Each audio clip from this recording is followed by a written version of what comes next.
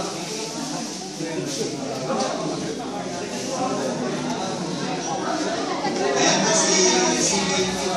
po pangalan? Hindi na nga English. Ayan po si Baby Sean. Tayo po ay tumayo. Kasama po namin siya sa panalangin. May panalangin po namin si Baby Sean. Let us pray. Diyos Ama, maraming salamat po. Muli po ay hindi po ang aming panalangin. Nakita po namin, Panginoon, sa oras na ito ay nakita po namin si Baby Sean. Kailangan po namin, Panginoon, na pagpalaan niyo nga po. At nawa ay gamitin niyo nga po dito sa gawain ito, Panginoon. Nawa ay lumaki siya may takot po sa inyo. Nagpapasalamat po kami, Panginoon, dahil sinagot niyo po ang aming panalangin.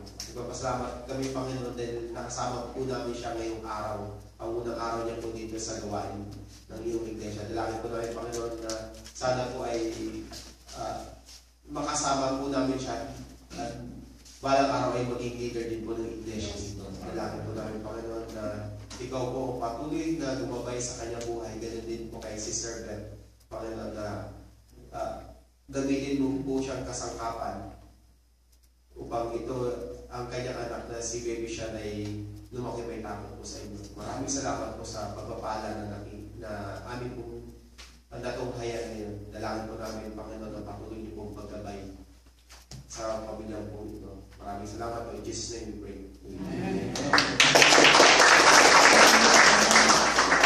Sir, magkaroon tayo ng closing.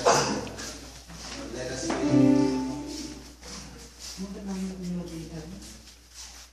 Let us pray.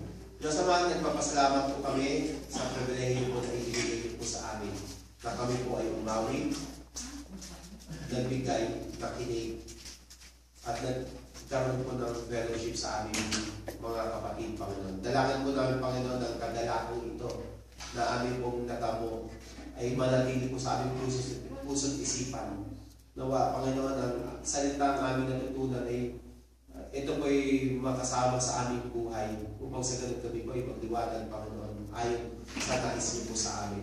Dalangin din po namin, Panginoon, na ang aming natutunan ay maibahagi din po namin sa aming mga minamahal.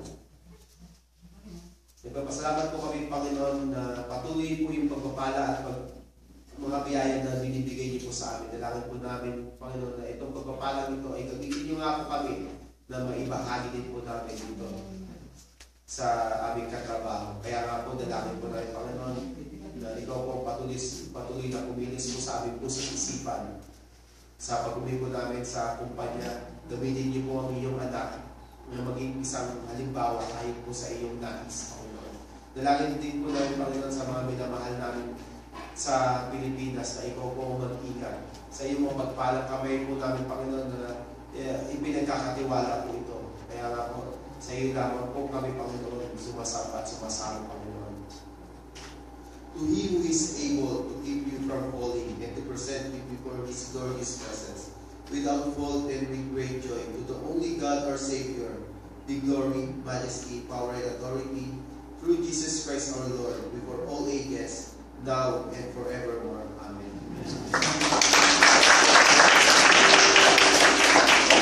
Yan pong nananapak tayo. Salamat po kayo sa mga nagtatapos.